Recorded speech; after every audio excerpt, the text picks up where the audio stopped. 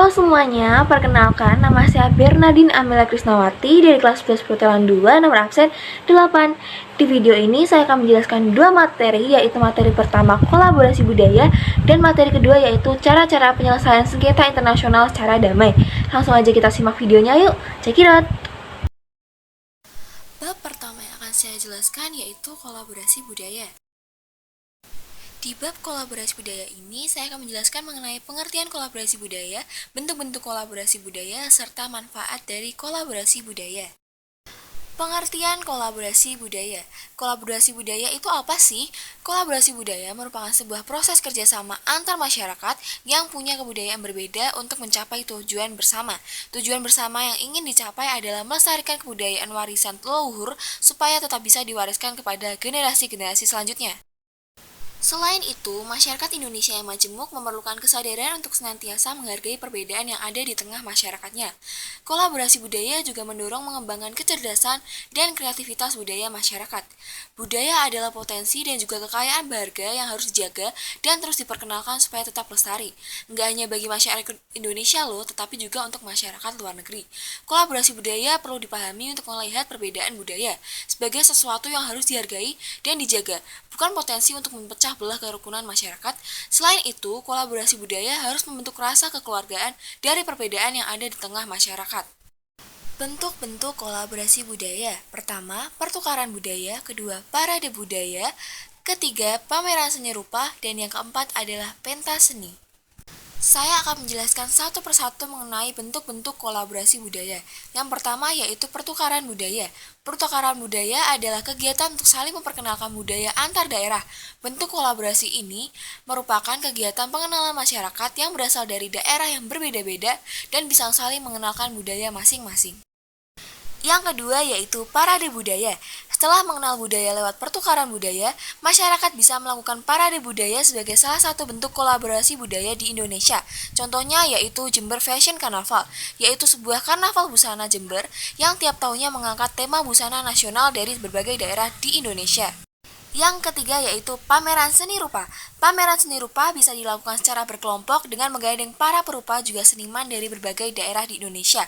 Seniman-seniman yang berbakat bisa menampilkan karya mereka yang mencerminkan budaya uniknya tersendiri. Yang terakhir yaitu pentas seni. Salah satu bentuk kolaborasi budaya adalah pentas seni, yang menjadi media pementasan kesenian berupa seni musik, seni tari, pentas drama, dan lain sebagainya. Pentas seni ini biasanya akan diselenggarakan di sekolah untuk mendorong pengembangan bakat dan minat siswa-siswi di bidang kesenian. Selanjutnya yang saya akan jelaskan yaitu manfaat kolaborasi budaya. Yang pertama, melestarikan dan mengelola keberagaman. Kedua, memperkenalkan budaya. Ketiga, saling menghargai perbedaan. Keempat, mengembangkan kecerdasan budaya. Dan yang terakhir, mengembangkan kreativitas. Saya akan menjelaskan satu persatu kembali mengenai manfaat dari kolaborasi budaya. Yang pertama, melestarikan dan mengelola keberagaman. Alasan mengapa kita perlu mengadakan kolaborasi budaya adalah untuk melestarikan dan mengelola keberagaman budaya yang ada.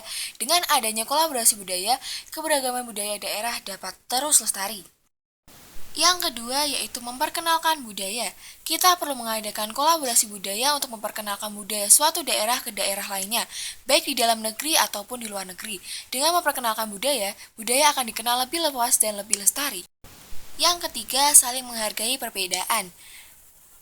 Kolaborasi budaya mempertemukan dua atau lebih budaya yang berbeda dari daerah yang berbeda pula. Dilansir dari United Nations, kolaborasi budaya penting untuk melihat perbedaan budaya sebagai sesuatu yang harus dihargai dan bukan sesuatu yang dapat memecah belah. Sehingga dengan mengadakan kolaborasi budaya, kita dapat menghargai perbedaan budaya, menghindari konflik, dan membentuk rasa kekeluargaan dari perbedaan yang ada. Yang keempat yaitu mengembangkan kecerdasan budaya. Kolaborasi budaya membentuk lingkungan lintas budaya yang dapat mengembangkan kecerdasan.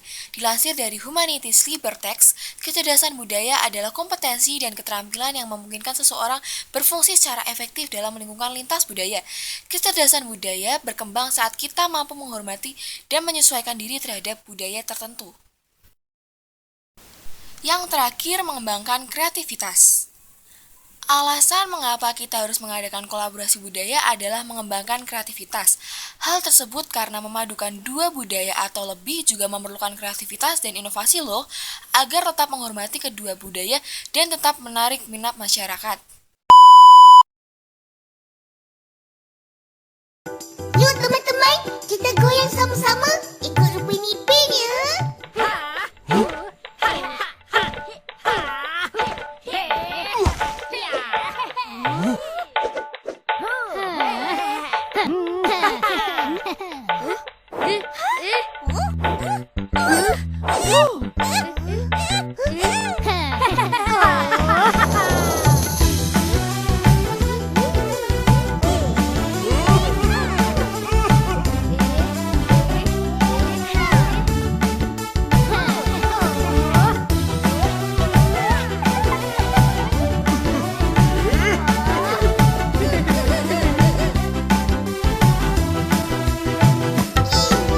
Mari semua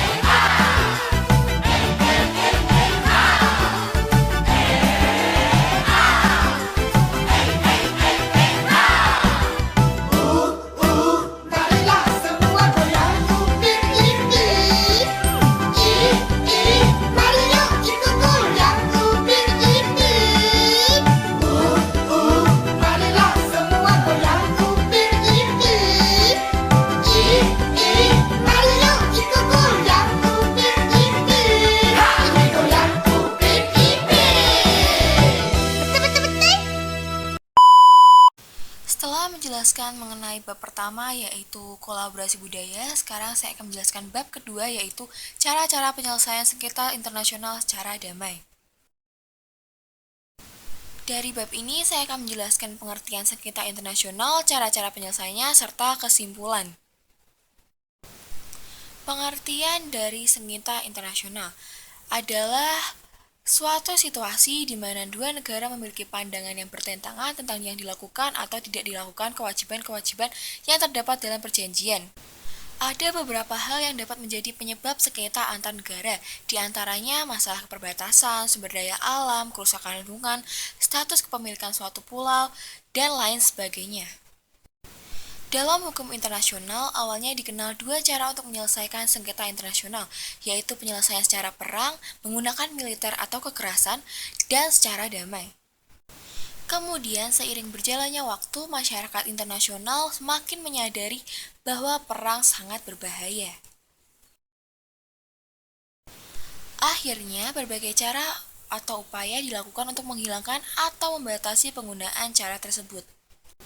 Kini dikenal dengan dua cara penyelesaian sengketa internasional secara damai, yaitu melalui jalur politik atau secara diplomatik dan menggunakan jalur hukum. Cara-cara penyelesaian sengketa internasional secara damai ada negosiasi, mediasi, konsiliasi, penyelidikan, serta penyelesaian di bawah naungan PBB. Seperti biasa, saya akan menjelaskan satu persatu, yaitu dari pertama, negosiasi. Cara ini merupakan penyelesaian sengketa paling sederhana dan dianggap tradisional tapi cukup efektif untuk mencegah konflik. Model penyelesaian negosiasi tidak perlu melibatkan pihak ketiga, melainkan fokus pada diskusi tentang hal-hal yang menjadi persoalan oleh pihak terkait. Perbedaan persepsi yang terjadi antar kedua belah pihak akan memperoleh jalan keluar dan memungkinkan mudah untuk dipecahkan. Namun demikian, jika salah satu pihak menolak cara negosiasi ini, akan mengalami jalan buntu. Selanjutnya yang kedua yaitu mediasi. Mediasi tidak jauh beda dengan negosiasi, hanya saja yang membedakan pada perlibatan pihak ketiga yang bertindak sebagai perantara untuk mencapai kesepakatan. Komunikasi bagi pihak ketiga itu disebut sebagai good officiance.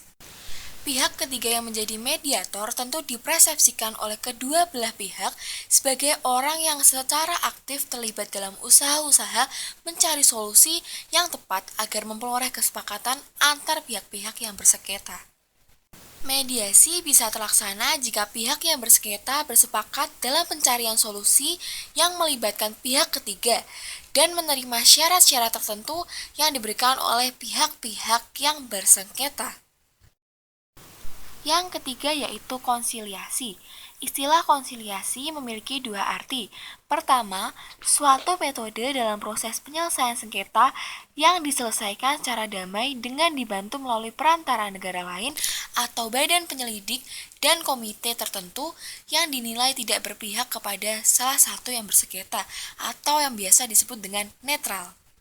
Kedua, suatu metode penyelesaian konflik yang dilakukan dengan cara menyerahkan kepada sebuah komite untuk membuat semacam laporan investigasi dan memuat usul penyelesaian kepada pihak-pihak yang bertikai. Yang keempat, penyelidikan. Pada 18 Desember 1967, PBB mengeluarkan resolusi kepada anggota-anggotanya agar dalam proses penyelesaian sengketa internasional bermetode yang disebut sebagai fact-finding atau pencarian fakta. Metode ini meniscayakan penyelidikan atau inquiry yang dilakukan oleh sebuah badan atau komisi yang didirikan secara khusus untuk terlibat aktif dalam proses pengumpulan bukti-bukti dan permasalahan yang dianggap menjadi pangkal sengketa, kemudian komisi itu mengungkapkan sebagai sebuah fakta disertai sebagai cara penyelesaiannya. Yang terakhir, penyelesaian di bawah naungan PBB. Dalam pasal 1 Piagam PBB, yang diantara tujuannya adalah memelihara perdamaian dan keamanan internasional, erat hubungannya dengan upaya penyelesaian sengketa antara negara secara damai. PBB memiliki lembaga International Court of Justice yang memberikan peran penting dalam proses penyelesaian sengketa antar negara melalui Dewan Keamanan, yang biasa disebut dengan DK. Berdasarkan keterangan dari bab 6, DK diberi kewenangan untuk melakukan upaya-upaya terkait penyelesaian dari sengketa internasional ini. Kesimpulan yang bisa saya ambil dari bab ini adalah Indonesia juga tidak lepas dari keterlibatan dalam sengketa internasional. Salah satunya adalah terkait batas wilayah negara, dan yang paling sering terjadi adalah dengan Malaysia. Sengketa internasional berupa sengketa batas wilayah yang dihadapi Indonesia juga tak lepas dari fakta letak geografis Indonesia. Indonesia berada pada posisi antar dua benua dan antar dua samudra. Dua benua itu adalah benua Asia yang terletak di sebelah utara dan benua Australia yang berada di sebelah selatan. Sementara dua samudra yang dimaksud adalah Samudra Pasifik di sebelah timur dan Samudra Hindia di sebelah barat Indonesia. Konsekuensi dari letak geografis yang strategis itu membuat Indonesia berbatasan dengan banyak negara baik di darat maupun di laut.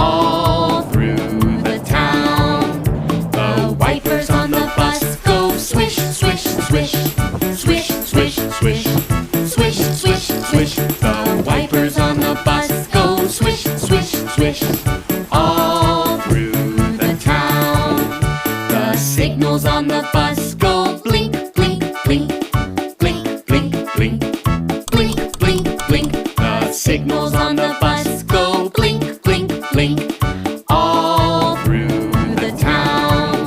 The horn on the bus goes beep, beep, beep, beep, beep, beep, beep, beep, beep. The horn on the bus goes beep, beep, beep, all through the town. The motor on the bus goes vroom, vroom, vroom, vroom, vroom, vroom, vroom, vroom, vroom. The motor on the bus goes vroom, vroom, vroom, all through the town. The people on the bus go up and down, up and down, up and down. The people on the bus go up and down, all through the town. The babies on the bus go Wah, wah, wah. Wah, wah, wah. Wah, wah, wah. The babies on the bus go Wah, wah, wah. all through the town. The mommies on the bus go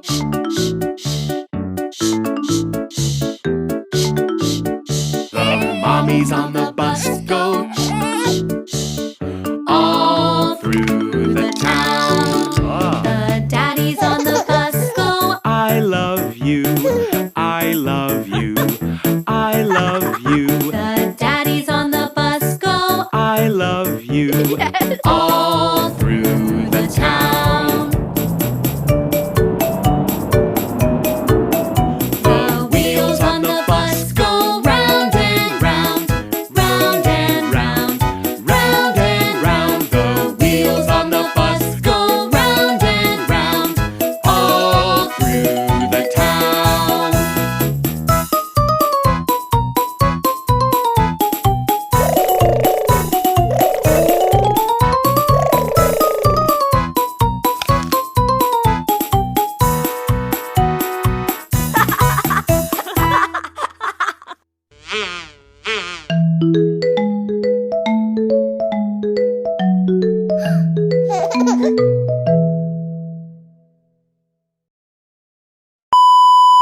Itu tadi adalah video penjelasan materi dari saya.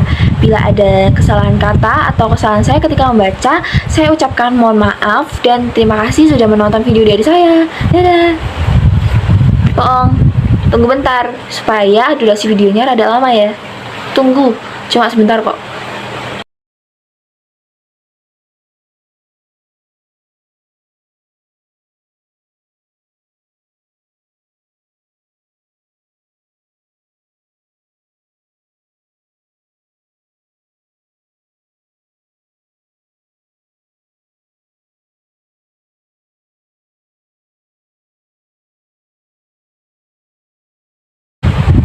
Oke, terima kasih karena sudah mau menunggu. Bye-bye.